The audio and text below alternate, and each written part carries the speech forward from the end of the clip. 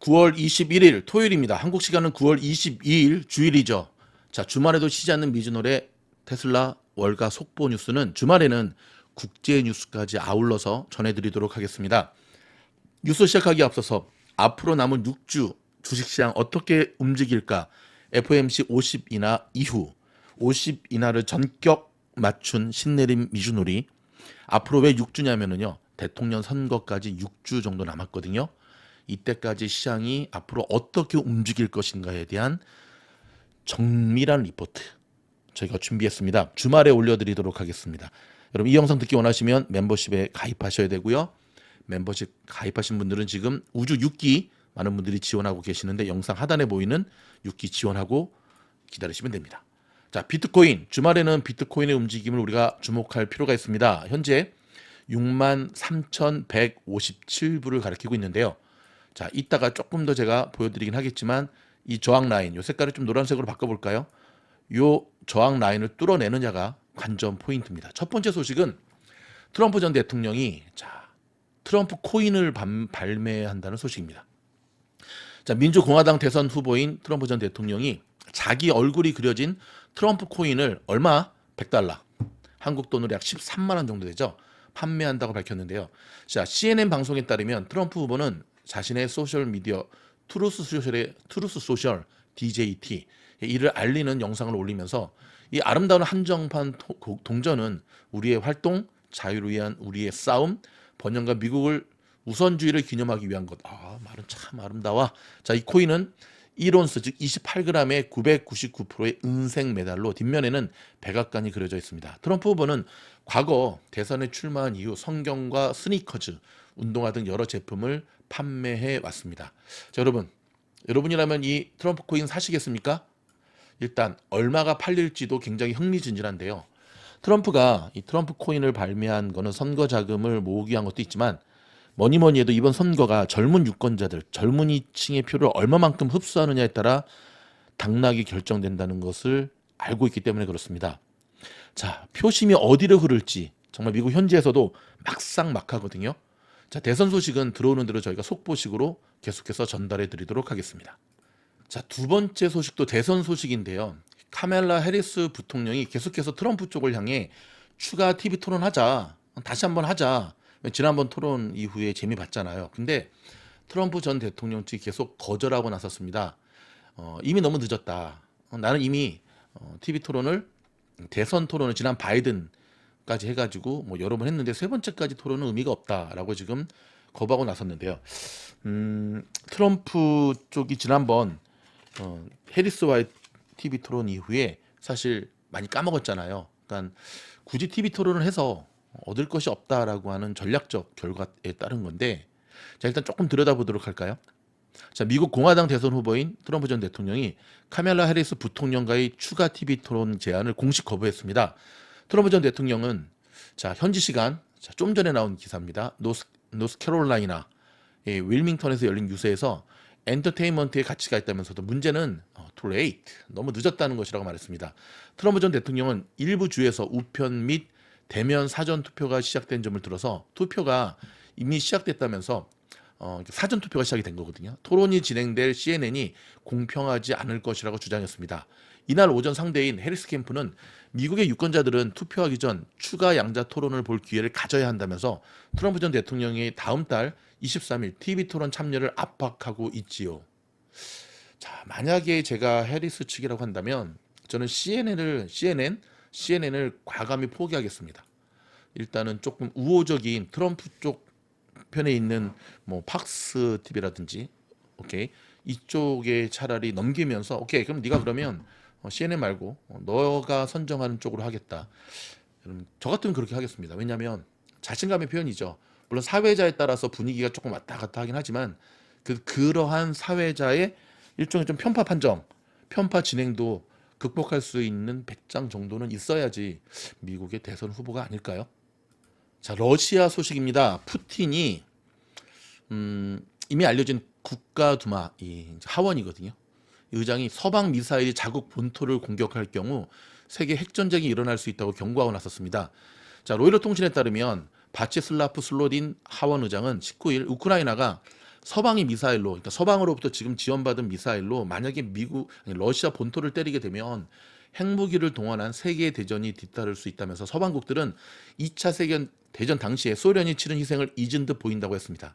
이어 그런 상황이 온다면 러시아는 더 강력한 무기로 거칠게 대응하겠다라면서 유럽인들은 러시아의 RS-28 사르마트가 프랑스의 스트라스부르에 도착하는데 3분 20초밖에 걸리지 않는다는 점을 명심해야 할 것이라고 위협을 했는데요.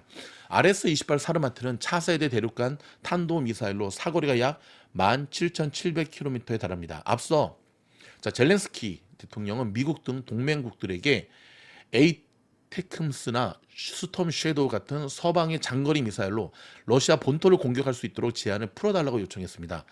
바이든 미국 대통령과 키어 스타머 영국 총리는 지난 13일 정상회담에서 우크라이나 문제를 논의했지만 장거리 미사일의 러시아 본토 타격 제한 해제와 관련한 발표는 하지 않은 가운데 있거든요.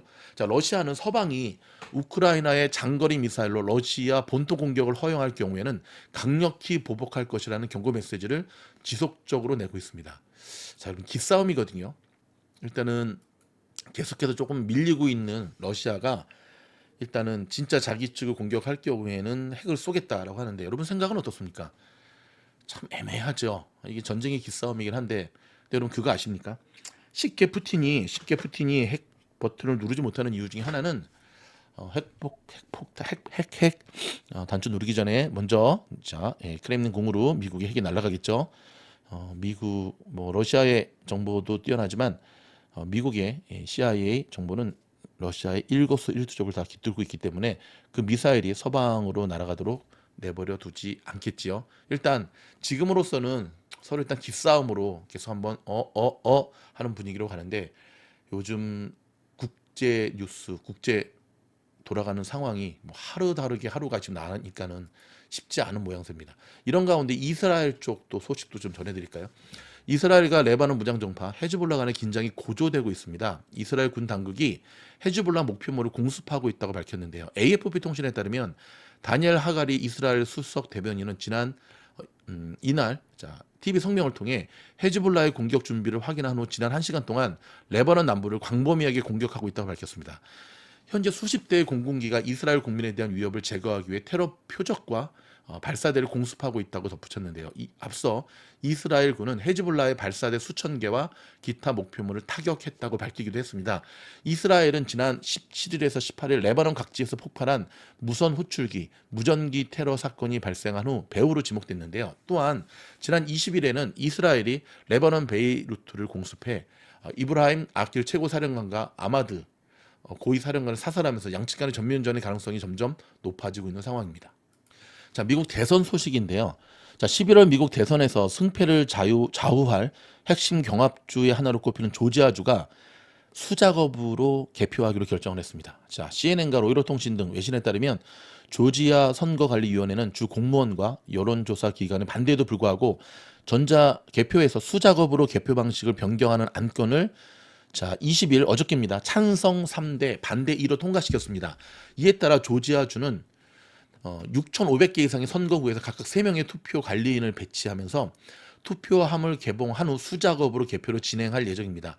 올해 대선에서 개표를 수작업으로 진행하기로 한 곳은 미국의 50개 주 가운데 조지아주가 유일합니다. 안건은 트럼프 전 대통령 지지자들의 의중이 반영된 것으로 풀이가 되는데요.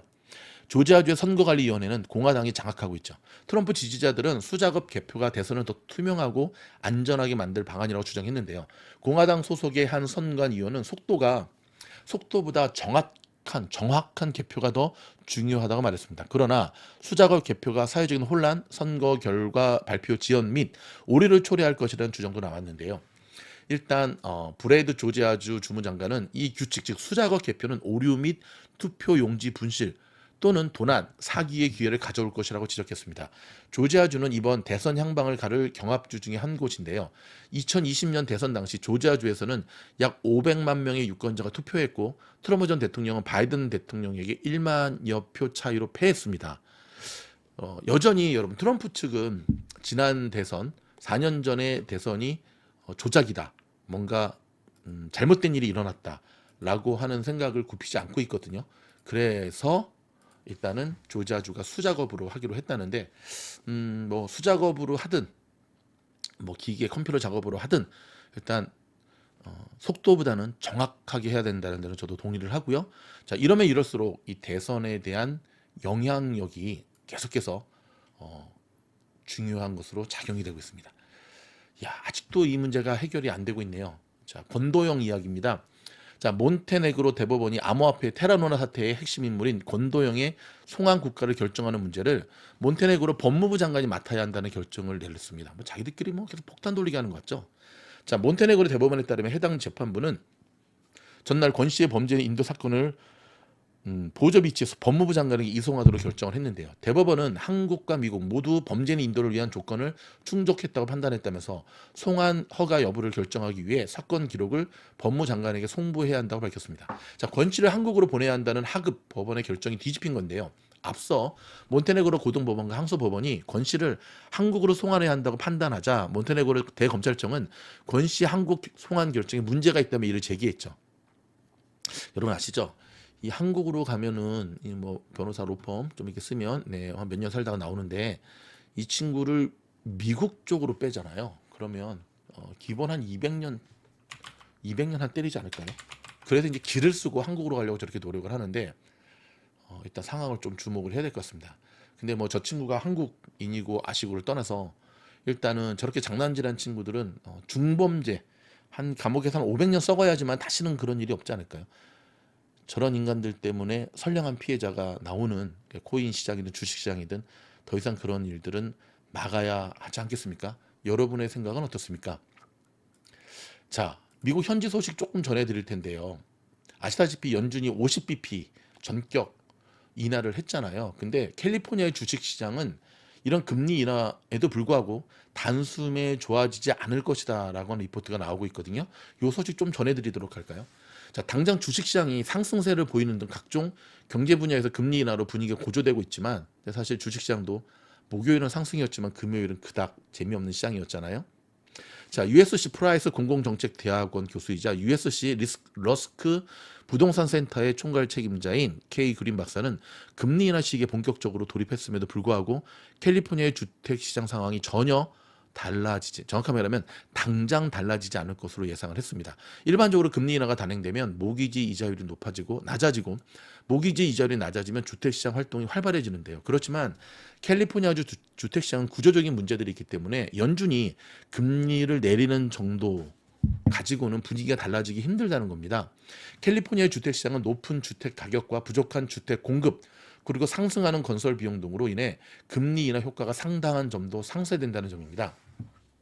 이 같은 구조적인 캘리포니아주 주택시장 문제를 어느 정도 완화시켜야 금리 인하에 따른 수혜를 받을 수 있게 된다는 설명인데요. 리처드 그린 박사는 연준의 이번 금리 인하 조치가 이미 오래전부터 예상돼 왔다는 점을 지적하고 주택시장에서 모기지 이자율에 선반영됐을 것으로 판단했습니다. 그러니까 약 7%대가 넘던 주택담보대출 이자율이 이제 6%대로 내려온 것이 연준의 금리 인하 반영인 셈인데요. 물론 추가 금리 인하에 따라 모기지 이자율 역시 더 인하하게 될 가능성이 있는 것이 사실이죠. 그런데 연준이 이번에 0.5, 50bp B컷 단행 이후에 앞으로는 25bp씩 스몰 컷을 계속하면서 단계적으로 금리를 낮추겠다는 뜻을 분명히 하고 있어 기준금리 하락에 시간이 걸릴 것으로 예측하고 있습니다. 자, 그러면 주택담보대출 모기지 이자율 역시 하락하는데 시간이 걸릴 가능성이 높다는 점에서 당장 주택시장 거래가 활성화되기는 어려울 전망입니다. 전국 부동산 통계 수치에 따르면 주택 소유자들 중에 모기지 이자율이 4% 아래인 경우가 약 3분의 2에 달하고 있는데요. 따라서 주택 소유자들의 3분의 3명 중에 2명은 현재 이자율로는 주택 거래를 해야 할 이유가 없다는 겁니다. 더구나 캘리포니아주는 주택 가격이 높고 주택 공급이 부족해 다른 주들에 비해 주택 구입 비용이 훨씬 높은 상황입니다. 그렇기 때문에 기존의 낮은 이자율의 주택 소유자들은 주택 매매에 나서야 할 인센티브가 거의 없는 거죠. 일반적으로 금리가 낮으면 주택 매수와 신축이 촉진되는데 캘리포니아주 같은 경우에는 연준의 금리 인하 조치로 인해 신규 주택 개발보다 기존 주택 가격 상승으로 이어질 가능성이 높다는 분석입니다. 자, 여러분 여기서 지난번 파월이 금리 인하를 단행하고 기자들과 주고받았던 인터뷰 기억하십니까? 그때도 보면 이 부동산 문제가 굉장한 이슈였거든요. 그렇죠? 저희가 본격적인 주말 좀 전에 그 보여드렸던 그 특별 영상에서도 다루겠지만 사실 연준이 B컷을 단행할 수밖에 없었던 가장 큰 이유 중에 하나가 이 부동산 문제거든요. 근데 이 부동산 문제가 연준으로 하여금 가장 스티키한 문제로 지금 자리 잡고 있는데 어찌 보면 부동산 문제를 어떻게 다루느냐에 따라 앞으로 주식시장의 향방이 결정된다는 것도 주목해야 됩니다. 좀 더 자세한 것은 이 영상에서 깊이 있게 다루도록 하겠습니다. 여러분 저희가 일단 주말에 준비한 속보 뉴스는 여기까지고요. 저희 영상에 도움이 되었다 한다면 좋아요, 구독, 알림 눌러주시고 공부방에 여러분들을 다시 한번 초대하겠습니다. 고맙습니다.